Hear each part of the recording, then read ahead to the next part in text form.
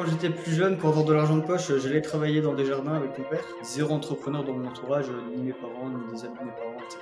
Là, il y a eu un shift où je me suis dit qu'il fallait pas que je reste salarié plus de 2 ans.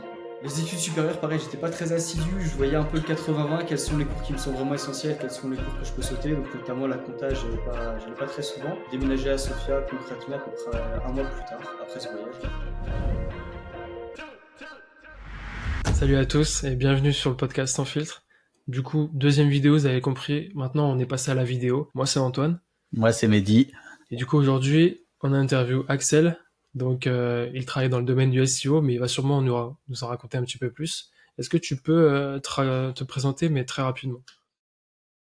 Ok, très rapidement. Alors, je suis Axel, originaire de Dijon. J'avais commencé une école de commerce, j'ai tenu 6 mois. Après, j'ai trouvé un emploi SEO à Lille.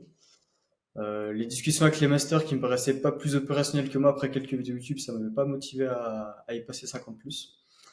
J'ai donc fait une année à Lille. Ensuite, j'ai trouvé un poste de télétravail dans une agence parisienne en télétravail. J'ai donc pu redéménager à Dijon. J'y ai repassé mon année 2023. Et là, depuis fin 2023, je suis à Sofia, à mon compte. Top, top. Est-ce Ouais, que donc, tu peux préciser au cas où, pour ceux qui connaissent pas Sofia, dans quel pays c'est? Sofia, c'est en Bulgarie. Et quand je dis à mon compte, c'est édition de site de dropshipping. Même si là, j'ai des problèmes avec Stripe, ça fait encore des clics, même si ça fait plus de serre. Et puis, sinon, essentiellement des prestations. yes, bah, top. Ok. Donc, du coup, actuellement, là, t'as 19 ou je me trompe, ou un peu plus ou un peu moins? 21. 21, ouais. Ok, 21 ans. Bah, du coup, on va garder on repart toujours de l'enfance pour l'ordre du podcast, l'ordre chronologique. Et est-ce que t'as un souvenir de ton enfance qui t'a marqué? Qui t'a marqué, qui est lié à l'entrepreneuriat ou pas spécialement, mais vraiment quelque chose qui t'a impacté dans ta vie? Hop hop hop. Avant de commencer l'épisode, je t'invite à cliquer sur le premier lien dans la description, ce qui permettra de savoir comment passer de 0 à 100 abonnés sur YouTube. Ouais, ouais, quand même. Je me rappelle quand j'étais plus jeune, pour avoir de l'argent de poche, j'allais travailler dans des jardins avec mon père. Il m'expliquait pourquoi est-ce que son activité de jardinage, il la faisait à son compte et pas salarié. Donc, il me racontait que quand il travaillait directement à son compte, il facturait 20 euros de l'heure, alors que s'il le faisait salarié, il gagnerait 10 pour un patron qui facturait 80. Donc, j'ai toujours eu l'optique de couper les intermédiaires entre la force de travail et le client final.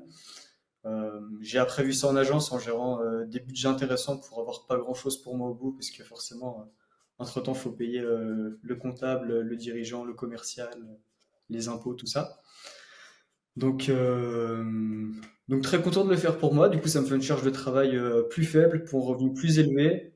Je bosse qu'avec des clients cool parce que je peux me permettre de choisir. Et du coup, bah, vachement content de cette décision de couper les intermédiaires. C'était la bonne décision. J'ai pas tout de regret là-dessus. Ouais, donc t'as été formé ouais tout de suite à bonne école dès le plus jeune âge. T'avais quel âge du coup quand ça s'est passé, ça que t'as vu ton père couper les intermédiaires un petit peu?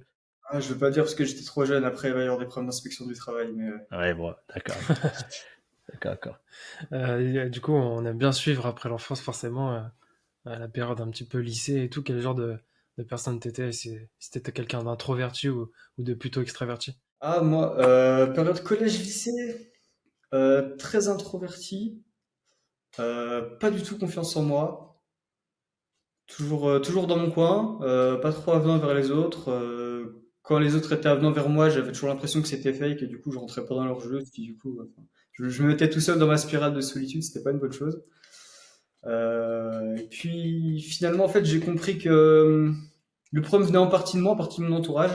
Et maintenant que j'ai l'entourage avec qui je me sens plus aligné, je suis forcément beaucoup plus avenant. Et maintenant, on me décrit plutôt comme quelqu'un de très sociable, alors que c'était pas du tout le cas auparavant. Ok, ouais. Et du coup, donc à cette période-là, au lycée, t'as fait quel genre d'études? J'ai fait, alors moi j'étais de l'année du nouveau bac, donc il y avait plus les filières S, L, etc. Donc j'ai fait un bac général avec une spécialisation anglais et sciences économiques et sociales. Je restais toujours sur ma faim. Je me rappelle quand je posais des questions en cours pour essayer de m'intéresser un peu à comment fonctionnaient les mécanismes au-delà des trucs qu'on devait ingérer tout cru. Chaque fois on me disait non, tu verras ça en licence, tu verras ça en master, tu verras ça plus tard. Moi j'avais pas envie d'attendre. Et là, du coup, j'ai pu avancer un peu plus de mon côté en n'étant pas encore l'âge du master. Donc, Ok. faut pas perdre de temps, faut prendre les choses en main et après on avance au rythme qui nous plaît. Ouais, ok. Et du coup, à cette période, tu pensais déjà à l'entrepreneuriat ou tu te voyais plus un peu avoir un boulot et te dire, je sais pas, j'aurai mon boulot, t'étais pas dans cette optique-là? Est-ce que pareil, t'avais des rêves, des ambitions ou vraiment tu laissais un peu la vie filer, toi? Alors, j'avais toujours en tête couper les intermédiaires, ça peut être cool, mais j'ai regardé pas mal de vidéos immobilières sur YouTube, Cédric Anissette, Pierre Ollier et d'autres. Et donc, j'avais en tête qu'il fallait que que je fasse de longues études pour avoir un emploi avec un bon revenu, que je puisse emprunter beaucoup, avoir de l'immobilier et attendre 30 ans pour que l'immobilier se paye et être tranquille. Puis après, j'ai commencé à faire deux, trois prestats de mon côté et j'ai vu qu'il n'y avait pas forcément besoin d'attendre 30 ans pour être plus libre. Ok. Et ouais, vraiment, tu voulais faire, ouais, t'étais plus dans l'école, ouais, que à regarder des vidéos un petit peu sur l'immobilier ou tu regardais un petit peu de tout, genre, je sais pas, par exemple, Xiaomi c'est le plus connu, je te donne cet exemple ou un autre, hein, mais voilà, c'était ça. Là. Ah ouais, alors, à mes débuts de lycée et aussi pendant le collège, j'étais à fond sur les vidéos immobiliers. Je pensais que c'était la seule issue fiable, entre guillemets, parce que je côtoyais zéro entrepreneur dans mon entourage, ni mes parents, ni des amis de mes parents, etc. Donc je voyais ça comme la solution parfaite parce que j'envisageais pas autre chose que le salariat. Et puis petit à petit, je me suis dit que, comme je vous disais, que j'allais pas attendre 30 ans pour réussir à faire quelque chose. Donc je me suis dit comment est-ce que je peux commencer à gagner un peu d'argent en ligne. Ça me paraissait plus facile que d'aller gagner de l'argent dans les jardins, au McDonald's ou à l'usine. Euh, et c'est comme ça que petit à petit, j'ai commencé à faire du business web. Yes. Ok. Et ouais, du coup, tu parlais de ta première prestation, donc c'était quoi? C'était du SEO ou c'était autre chose? Il y avait rien à voir que t'as fait? Alors j'ai fait d'autres business web avant la prestation, notamment des trucs un peu grey dans le dating sur Twitter, je dirais, parce qu'il y a il y a pas mal de cucks sur Twitter qui sont prêts à donner leur sous un peu n'importe comment. Ensuite, ma première prestation SEO, c'est quand j'étais salarié à Lille. Donc, c'était il y a 2 ans. D'accord. Je gagnais 1 700 € par mois et j'avais fait une facture à 890 pour un truc qui m'avait pris une soirée. Donc, je me suis dit, OK, là, il y a un shift à faire. Je vais pas attendre d'avoir un gros poste salarié pour faire des crédits IMO, quoi. Faut faire rentrer plus vite. Il y a d'autres manières T'as eu un alternatives. peu le, T'as eu un peu le, pardon, ouais, t'as eu un petit peu le déclic à ce moment-là ou tu l'avais vraiment eu avant quand tu commençais à faire des choses sur Twitter un petit peu qui étaient un petit peu gréates, toi. OK, je vois. En fait, j'avais toujours en tête que c'était possible. Je pensais toujours que dans les discours de vendeurs de formation, casser vos croyances limitantes, etc., c'était juste des conneries pour vendre plus. Mais j'avais comme la conviction que c'était possible de faire quelque chose. Grâce à Twitter, je voyais pas mal de gens qui arrivaient à en vivre. Je parle pas forcément de vendeurs de rêve, mais aussi des anciens, des mecs qui font du SEO depuis 20 ans et pour qui ça se passe bien. Donc je me suis dit, si c'est OK pour eux, pourquoi pas pour moi. Mais par contre, du moment où je suis passé de je sais que ça va être possible à c'est dans ma poche, là, il y a eu un shift où je me suis dit qu'il fallait pas que je reste salarié plus de 2 ans, quoi. Donc, j'ai fini mon année dans cette entreprise parce que c'était convenu avec eux. J'ai fait une année en agence, c'était bien, ça m'a fait de la sécurité, ça m'a formé sur une vision plus stratégique et pas simplement opérationnelle. Et, euh, et je pense qu'à refaire, je referais exactement la même chose. Non, je pense que bah, là en plus t'es jeune, donc t'as fait vraiment le bon choix, t'as vu les process, ça a été un peu ta formation hein, en quelque sorte de le parcours que t'as eu. Ouais, c'est ça. Sur l'aspect SEO en tout cas. Ouais, sur Après, là, l'aspect ici, ouais. depuis quelques semaines, je me considère plus money maker que SEO précisément. Je sais qu'il y a pas mal d'argent à faire en SEO, mais je sais qu'il y a aussi d'autres moyens. Notamment la Sofia, j'ai pas mal de potes qui sont dans des business OnlyFans, ça marche très très bien pour eux. Moi, je continue sur du SEO parce que je reste sur ce que je sais faire, mais je sens que si un jour il y a une grosse mise à jour qui me pète la gueule ou un truc comme ça, je vais shifter rapidement. Yes, bon, on va en parler un petit peu après en fonction de notre plan de podcast, mais on reviendra sur ce petit point. Et du coup, quand tu t'es formé en agence, est-ce que tu t'es formé aussi un petit peu avant en regardant toutes les formations qui étaient proposées du marché ou comment t'as appris les compétences que t'as maintenant? Ouais. Alors, par rapport à l'agence, l'année que j'ai passé salariat en agence en 2023, ça succédait l'année que j'avais passé salariat en 2022 aussi en SEO sur un emploi dans le secteur des énergies renouvelables. Assez concurrentiel aussi parce qu'il y a des dizaines de milliers d'euros de subventions sur les leads, donc ça se battait bien. Euh, du coup, globalement, le parcours, comment j'ai pu monter en compétences? Comme je disais, dès la fin du lycée, j'ai commencé à m'intéresser au business web, potentiellement au dropshipping, etc., et notamment le SEO, entre autres. Finalement, le SEO, j'ai plus accroché parce que j'avais essayé de faire quelques tests avec des ads, mais j'étais pas rentable. Tandis que les SEO, je me rendais compte que si je bossais un peu en mars, eh ben, ça portait un peu ses fruits en avril, un peu en mai, un peu en juin. Donc c'était un peu ma valeur sûre, c'était ce qui me restait quand j'avais cramé des sous ailleurs sans avoir eu de retour sur investissement. Donc, je me suis dit on va focus sur ce qui marche. Je bossais sur mes sites de drop pendant mon lycée, pendant mon premier semestre d'études supérieures. Les études supérieures, pareil, j'étais pas très assidu. Je voyais un peu le 80-20, quels sont les cours qui me sont vraiment essentiels, quels sont les cours que je peux sauter. Donc, notamment la compta, j'allais pas très souvent. Euh, et un jour, en cours de compta, je me suis dit, OK, là, j'ai pas envie de perdre mon après-midi. Je me suis fait un bot automat pour envoyer des candidatures automatiques sur LinkedIn. Il y a ce qu'on appelle des candidatures rapides sur LinkedIn où il y a juste à appuyer sur un bouton et ça envoie le CV. Donc, je me suis fait un bot, j'ai mis mes critères, j'ai spammé les candidatures toute l'après-midi.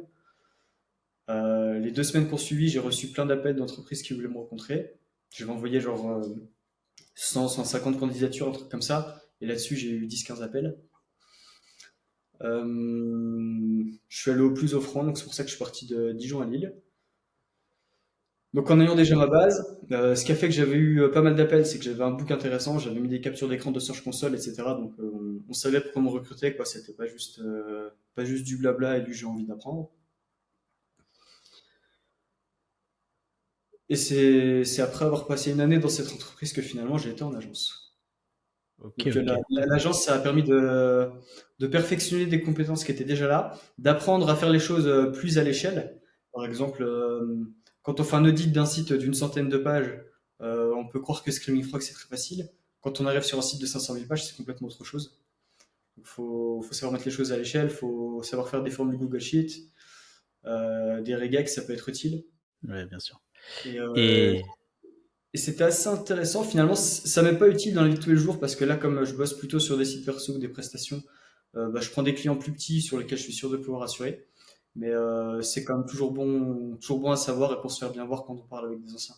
ouais, bah oui, j'imagine. Et moi, par exemple, qui fais aussi du SEO et qui suis pas passé par une filière, ouais, agence, taf salarié, par exemple, qu'est-ce que t'as appris sans peut-être tout dévoiler non plus, mais je sais pas, le truc qui t'a le plus marqué en agence à rapport à quand on est à son compte dans les process qu'ils ont ou dans la façon de faire, vraiment un truc que tu dirais qui est marquant, sans rentrer dans les détails spécialement, mais Quand tu dis à son compte, tu parles sur quel business model en SEO?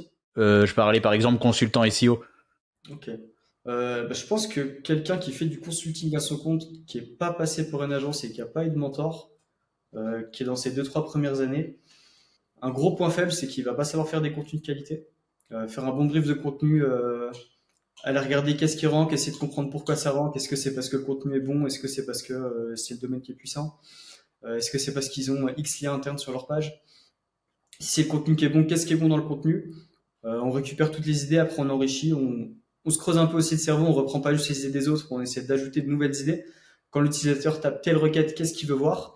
Ok, il veut voir ce qui est déjà dans le top 3, peut-être qu'il veut voir des choses en plus. Et réussir à bien se démarquer sur le contenu, c'est un levier que j'avais vraiment sous-estimé avant d'être en agence. Et, Ok. et après avoir appris à faire des bons briefs, j'ai vu des résultats qui étaient quand même beaucoup plus rapides pour beaucoup moins cher, vu qu'à contenu meilleur, on peut avoir une position équivalente avec moins de backlinks. D'accord. Ouais, c'est intéressant. C'est lié quand même à l'intention de recherche et à la micro-intention, comme les vidéos, comme par exemple Paul a pu faire ou d'autres. C'est de ça un petit peu que tu parles. C'est dans le même esprit. Ok, ok. Et D'accord. ça, Ouais, c'est j'étais super. passé à côté avant de le découvrir en agence. Ok, ouais, c'est super intéressant. Merci. Et bah maintenant, on va revenir sur le présent. Donc, après avoir été en agence, là, tu es actuellement à Sofia. Raconte-nous un petit peu comment ça s'est passé, comment t'es parti à Sofia, qu'est-ce que tu fais maintenant. T'as parlé que t'essaies un petit peu de tourner vers plus le money maker. Donc, est-ce que tu fais du réseautage, par exemple, pour rencontrer pas mal d'entrepreneurs avec des profils variés? Donc à Sofia, pourquoi je me suis retrouvé à Sofia? Déjà au début, moi je voulais vivre à Cluj en Roumanie. Je comptais partir fin 2022 à Cluj en Roumanie, mais j'ai pas réussi concrètement. J'ai essayé 3 avocats, 2 cabinets comptables pour les ouvertures de société. Je suis tombé que sur des arnaques. Du genre, on te fait signer 2 800 € pour la création de la société. Et une fois que c'est signé, on te dit, bah, la domiciliation, c'est 5 000 annuels. Bah, non. Et, donc, j'ai encore passé une bonne partie de mon année 2023 à chercher pour Cluj. J'essayais de voir un peu dans mon réseau si quelqu'un connaissait à Cluj ou à Bucarest. Personne ne connaissait. À chaque fois, on me renvoyait vers la même personne en Bulgarie. Donc finalement, choix de la facilité, je suis parti en Bulgarie puisque au moins là-bas, j'avais un contact de fiable. J'avais passé une semaine en vacances à Sofia pour voir si ça me plaisait, pour rencontrer ce contact. J'avais vu un cowork avec pas mal de Français, ça m'avait plu. Donc à partir de là, je me voyais déjà bien y vivre. J'ai déménagé à Sofia concrètement à peu près un mois plus tard, après ce voyage. Euh, Niveau réseautage, Sofia, c'est pas mal, mais il faut quand même être bilingue. Puisque j'ai remarqué que la plupart des Français ici, on en voit certains sur Twitter, ils ont l'air d'avoir un gros train de vie, etc. Mais après, quand tu les connais IRL, ils vont au resto, ils prennent pas forcément l'entrée. Tu te dis, ouais, pour un mec qui est censé faire 10-15K puis qui t'apprend à faire des formations money making, c'est pas ouf, quoi. Euh, Par contre, dès que tu commences à toucher un peu au sur international, il y a pas mal de Russes, d'Allemands qui sont à des niveaux vraiment avancés, bien au-dessus de ce que sont les Français d'ici. Ok, ouais. Et d'ailleurs, je voulais te poser une question par rapport à ça, le fait que tu vives hors de la France. Euh, Qu'est-ce qui t'a marqué, toi, en termes de différence par rapport justement à la France? Ouais, alors, je vais reprendre un point qui vient souvent, mais qui m'a pas touché de la même manière. Souvent, quand des personnes qui ont vécu en France partent vivre dans les pays d'Europe de l'Est, ils parlent de sécurité. Moi, je me sentais pas en insécurité en France. J'ai jamais eu de problème. Ok, Enfin, pas ces dernières années en tout cas. Et par contre, vivre dans un pays où les gens se sentent eux en sécurité face à soi, quand même, ça change la vie. Là, je peux arrêter n'importe qui dans la rue, demander mon chemin, poser une question random ou quoi, les gens vont me répondre avec le sourire et ils auront pas peur que je leur prenne leur téléphone ou des trucs comme ça. Alors qu'en France, les gens sont quand même plus méfiants si tu vas leur parler sans les connaître. Euh, Ça, c'est un point que j'apprécie beaucoup. Il y a une sorte de climat confiance général. Je sais pas, par exemple, j'ai une jolie enceinte qui reste tout le temps dans ma voiture. En France, je la mettais sous le siège. Là, je peux la laisser sur la banquette arrière. C'est ouais, ok, agréable, ouais. ça fait un peu péter ma vitre. Ouais, Les gens sont effectivement, super c'est. sympas. C'est c'est que du bon. Je m'y plais beaucoup. Et puis, ça parle anglais. Ça fait longtemps que j'avais envie de vivre dans un pays où ça parle anglais. Maintenant, je vois qu'en à peu près 5 mois que je suis là, j'ai beaucoup progressé. Je dirais pas encore que je suis bilingue, mais je peux parler de tout et n'importe quoi, même de sujets assez profonds, ça me pose pas de problème. Ce qui d'ailleurs peut être utile déjà sur le plan personnel, mais aussi sur le plan pro. Je peux bosser avec des clients internationaux, j'ai pas de problème à les gérer. Ouais, c'est clair. Et t'avais quel niveau du coup parce que moi c'est un truc, ça, j'ai toujours été curieux en anglais. T'avais un niveau, comment tu te débrouillais ou vraiment tu partais de zéro pour voir la progression que t'as eu, tu vois, pour quelqu'un imagine qui aurait la même expérience que toi, qui irait dans un pays où les gens parlent anglais ou qui parlerait anglais avec d'autres personnes. Comment quel niveau t'avais? Le niveau que j'avais en anglais avant d'arriver, c'était un niveau sur lequel j'étais assez confiant à l'écrit parce que j'avais des correspondants et correspondantes avec qui j'échange depuis pas mal d'années. Donc j'étais confiant qu'à l'écrit je puisse me faire comprendre très bien, mais par contre à l'oral c'est pas le même exercice. Donc c'est un peu stressant la première journée, puis une fois que tu parles et que tu vois que les gens ont envie de te comprendre, derrière tu prends très vite confiance en toi et ça va mieux. Mais je remarque aussi que le niveau en anglais c'est un truc qui peut tracasser beaucoup de personnes. Mais se faire comprendre en anglais, ça dépend pas que de son niveau personnel, ça dépend aussi de si la personne qu'on a en face de soi a envie de nous comprendre ou pas. Par exemple, la première fois que je suis parti en Europe de l'Est, c'était à mes 17 ans, avec les pays du McDo. C'est là que j'ai eu le déclic, j'ai envie de vivre à l'Est plus tard. J'étais allé à Budapest avec un ami. Le premier jour où on est arrivé sur place, on s'est très bien fait comprendre dans le premier restaurant dans lequel on est allé, alors qu'on n'était pas confiant sur notre niveau d'anglais. Après 3 semaines à parler anglais tous les jours, forcément, on était beaucoup plus confiant, on savait qu'on s'exprimait beaucoup mieux. Et le dernier restaurant qu'on a fait avant de revenir en France, on n'a pas réussi à se faire comprendre par la serveuse, on a dû changer de restaurant. Et c'est là que j'ai tilté qu'en fait, réussir à se faire comprendre en anglais, ok, ça dépend de notre niveau, mais ça dépend aussi beaucoup de si la personne qu'on a en face de soi a envie de nous comprendre ou pas. Ouais, c'est vrai. Ouais, d'accord. Et actuellement, là, du coup, là, t'es à Sofia et quel projet t'as en cours que t'as envie de parler, ouais, un projet que t'as créé de A à Z, par exemple. Ceux qui me suivent sur Twitter doivent le savoir, j'ai une prestation où je vends des liens sur des forums. Ça se passe pas mal. Beaucoup de recommandations lors d'events, lors d'apéros SEO ou juste des gens qui échangent mon contact sur Twitter. Euh, donc demande entrante. Ma difficulté dans cette activité, c'est pas de réussir à avoir plus de commandes, mais c'est de réussir à traiter les commandes. Parce que j'ai un afflux entrant qui est intéressant, vu que j'ai une bonne réputation.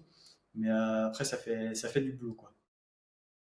Ok, ouais. Donc là, cette activité, je compte la développer courant 2024. Là, j'espère qu'en avril-mai, je vais avoir un vrai front avec un vrai back. Puisque à l'heure actuelle, je fonctionne avec un lien Google Sheet. Et utiliser un petit Google pour manipuler Google, je trouve que c'est pas l'idéal. Ouais, c'est vrai.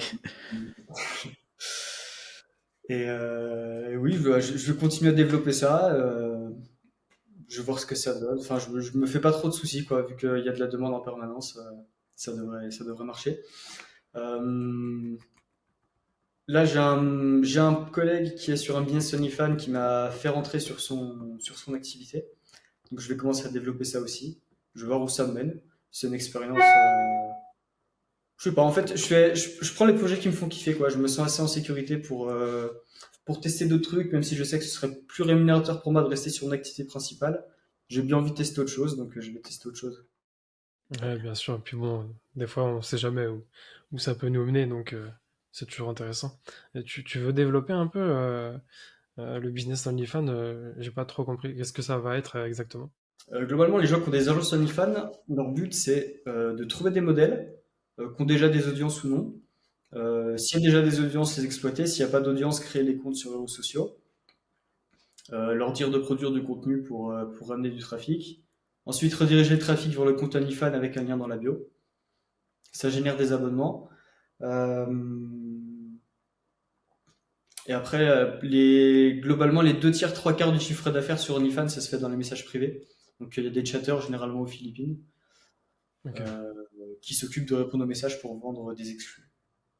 d'accord. Et les gens qui sont sur ce business model, leur principale difficulté, c'est premièrement de trouver les modèles, deuxièmement de trouver des chatteurs fiables, et encore premièrement trouver des modèles qui non seulement vont plaire, mais qui surtout vont être réactives. Parce que ils ont souvent le problème d'avoir des modèles qui se disent motivés au début, mais qui n'envoient pas de contenu après 2 semaines. Donc c'est problématique. Enfin, tu peux avoir la meilleure agence possible avec les meilleurs community managers, les meilleurs chatters, etc. Si ta modèle te crée pas de contenu, tu peux pas avoir d'audience.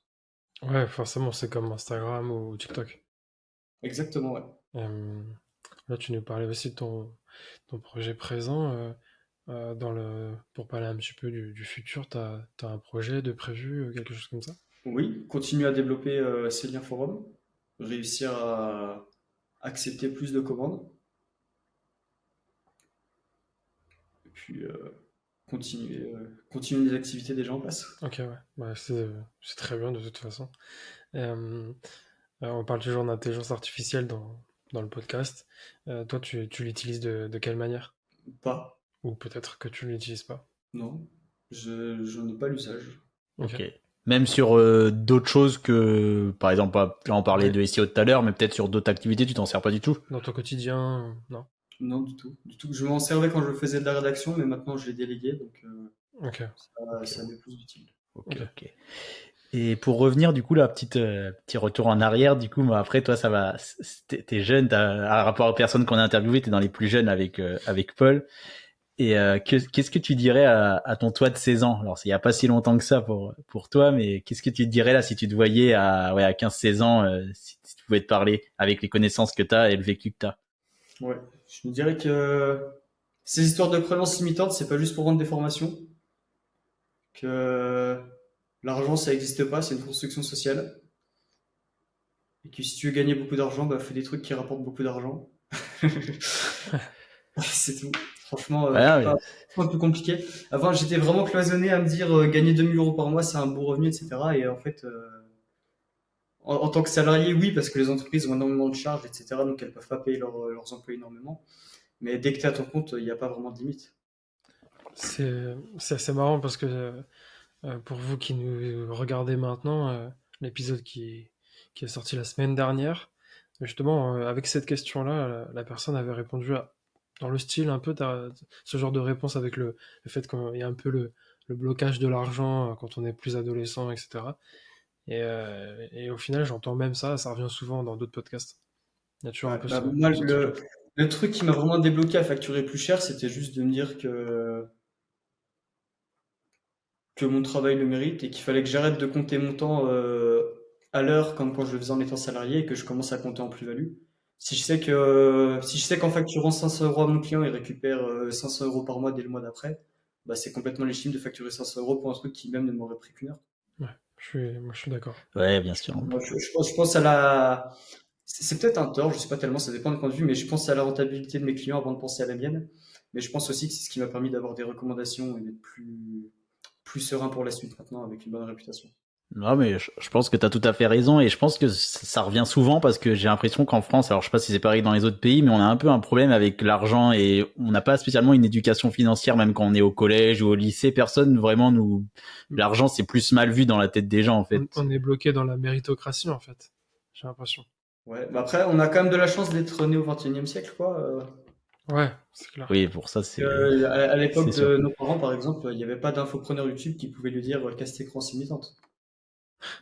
Oui, c'est vrai. Et même, Personne dans même notre sans. société, on a un accès à l'information qui est quand même démesuré. On peut regarder des vidéos de mecs aux États-Unis qui ont des niveaux de réussite exceptionnels, il y a les sous-titres. Enfin, je veux dire, on n'a pas d'excuse, quoi. Oui, c'est ça. On n'a plus aucune excuse, plus pour se former. Avant, c'était quand même compliqué. Imagine, avant, tu voulais lancer ta boîte, c'était pas aussi simple quand même que maintenant, tu vois. Complètement, complètement. Yes. Et est-ce que tu as une personne qui t'a inspiré, soit quelqu'un vraiment de proche, ou pas spécialement, mais vraiment une personne que tu penses qui t'inspire, oui. Sur quel plan? Il n'y a pas de. Ça peut être par exemple dans l'entrepreneuriat, vu qu'on a parlé quand même de ton parcours, ou autre chose, il n'y a pas de. Peu importe, honnêtement. Non, il n'y a rien qui me vient en tête. Je sais pas, j'aurais bien aimé avoir un mentor. Quand j'entends des gens parler de leur mentor, ça a l'air assez inspirant, mais c'était pas. Oui, ou sans que ça soit un mentor, quelqu'un même que tu apprécies, quelqu'un que tu apprécies par exemple, qui est dans le milieu de l'entrepreneuriat. Franchement, je regarde pas trop ce que font les autres, hein. Je me concentre sur ce que je fais moi, et ça me prend déjà assez de temps comme ça. Est-ce que toi, t'as déjà été mentor, du coup, pour quelqu'un, peut-être? Pas réellement. Quand j'étais en agence, j'ai formé un alternant, mais après, c'était seulement sur la spéciaux, quoi. C'était pas business en général. Bon, en tout cas, je me verrais bien être mentor si je vois quelqu'un qui a du potentiel et que je me reconnais à travers lui, l'aider à se développer comme j'aurais aidé qu'on m'aide à me développer, ouais, ça me parlerait beaucoup. Yes. Ok, super. Euh, on va parler un peu hors du travail. Est-ce que t'as des passions justement autres que le travail? Oui, ouais, pendant pas mal d'années, j'ai fait de la boxe. Là, depuis que je suis à Sofia, j'ai arrêté. Maintenant, je fais de la muscu. Super important d'avoir du sport. Même niveau travail, même si ça consomme 2 heures dans une journée, qu'on aurait pu être passé 2 heures à travailler, on se sent tellement mieux quand on finit qu'on est plus productif, plus efficace. Ouais, bien sûr.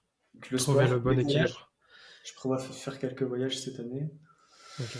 Euh, le tout, ça va être de réussir à trouver une période assez creuse pour pouvoir se permettre de décrocher. Mais ouais, une vie bien occupée. Je crois que ce qui me plaît le plus dans ma vie à l'heure actuelle, c'est les soirées passées dans un appart avec d'autres mecs à leur compte et parler de nos process. J'ai rencontré un mec, par exemple, qui a fait 270 000 en janvier sur OnlyFans, euh, en chiffre d'affaires, donc à peu près 40% dans sa poche. Il me parlait de ses processus de recrutement parce qu'il a une quarantaine de personnes qui bossent pour lui. Et enfin, c'est hyper enrichissant. Et je passe une largement bien meilleure soirée à être dans une soirée dans un appart avec lui et à parler de ses process qu'à aller en boîte ou des trucs comme ça. Ouais, je comprends. Je te comprends. Justement, tu parlais de ça. Est-ce que tu as une routine, une habitude de travail pour remplir tes journées? Pas du tout. Pas du tout. Euh, je dirais que je m'écoute. Quand je sens que je suis dans une période où j'ai envie de bosser le matin, je bosse le matin. Quand je sens que je suis dans une période où j'ai envie de bosser le soir, je bosse le soir.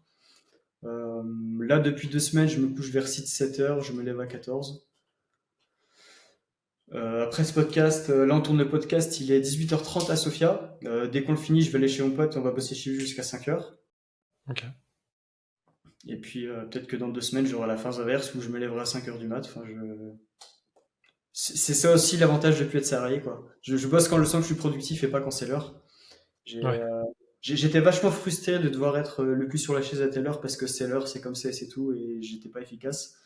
Maintenant, je sens que je peux me mettre au boulot quand je sens que c'est le moment pour moi de me mettre au boulot, quand j'ai l'esprit pour. Et, euh, et je peux faire en 4 heures ce qu'avant je faisais en 6. Ouais, effectivement. Et c'est ça aussi l'avantage d'être justement indépendant, de pouvoir s'écouter et écouter son corps, Ouais. Là, je sais que ce soir, je vais pas me coucher tôt, donc à 19 heures, je vais me faire un café. Ça, avant, j'aurais pas pu, parce que je me serais dit non, demain, il faut que je me lève à 8 heures pour être au travail. Et du coup, je passe une nuit hyper productive et les 5-6 heures de taf de ce soir, ça vaut une journée et demie de quand j'étais salarié. quoi. Ouais, encore, ouais. Et comment t'expliques, enfin, tu tiens le fait de, comme tu dis, tu vas peut-être travailler toute la nuit pendant une semaine et une autre semaine, tu vas plutôt échanger, inverser. Ça, c'est quelque chose qui te fatigue ou vraiment le fait que tu t'écoutes, c'est que c'est normal. Ah non, c'est pas du tout fatigant, au contraire. J'ai des niveaux d'énergie que j'avais jamais eu auparavant. Et ouais, comme je disais, je considère que c'est parce que je m'écoute. Quand je sens que mon corps a besoin de se lever tôt, de voir le soleil, d'aller respirer un coup le matin, bah, je fais ça. Quand je sens que j'arrive pas à être focus de ma journée, que je tourne en rond, et bah, je me dis ok, aujourd'hui je bosse pas pendant ma journée et puis ce soir je vais chez mon pote, on bosse ce soir. Je m'écoute, ouais, c'est le mot. Ok, ok. T'as une, J'essaie pas de me forcer parce que je remarque que chaque fois que j'ai voulu me forcer à travailler, finalement j'étais improductif, je tournais en rond, je regardais mes mails toutes les 5 minutes, j'avançais pas, donc ça je stoppe complètement. Si c'est pour que ce soit du temps de travail improductif, je préfère aller marcher dehors, ça m'aère l'esprit, puis je reviens quand je me sens plus productif. ok, Ok, ouais. ok. T'aurais peut-être une question, Mehdi? Non, non, j'ai rien à rajouter, moi, de ma Ok, part. super. Merci déjà pour toutes ces réponses. Est-ce que tu aurais une personne à nous recommander pour les prochains épisodes? Florentin, vous l'avez déjà interviewé ou pas? Non, je Non. vois ouais, qui c'est, mais non, non, on l'a pas interviewé. Ouais, il a plein de choses à dire, super intéressant. Je fais des liens forums pour lui, du coup je vois ses niches passer. S'il peut vous parler de comment il trouve des niches, ça fera un podcast à haute valeur ajoutée là. Yes, Ok, bah, c'est noté. ok, ouais, carrément. Merci. Et toi, comment les auditeurs peuvent te suivre? Sur Twitter, AXXL-SEO, et LinkedIn, Axel Guillemot. Mais globalement, je suis plus actif sur Twitter. Ok, ça marche. Bah, dans tous les cas, on mettra les liens dans la description. Est-ce que tu aurais un mot de fin du coup pour les auditeurs? Quelque chose pour leur donner un conseil ou même un aspect de la vie, comment toi tu vois les choses, quoi. Ouais, bah, pour les débutants, si vous voulez avancer, peut-être que par exemple pour vous, à l'heure actuelle, 1 000 euros c'est beaucoup, mais arrêtez de croire que c'est beaucoup et ça ne deviendra pas beaucoup, quoi. C'est c'est tout simple, mais quand vous faites une facture, ce qui fait que la facture va bien passer ou pas, c'est est-ce que vous êtes à l'aise de la présenter? Est-ce que vous avez confiance en vous? Est-ce que vous savez que la plus-value que vous apportez pour le prix que vous proposez, c'est juste? Et donc vous considérez que la proposition est juste, vous allez être confiant et ça va pas tiquer côté client. Yes. Ok, Bah, merci, hein. c'est noté les gars, vous avez entendu. Même pour ceux qui sont débutants, alors, si vous avez bien compris, pas forcément dans les SEO, dans n'importe quel domaine, n'hésitez surtout pas et lancez-vous aussi surtout. On le rappellera jamais assez. Merci à Ciao. toi. Merci. Salut!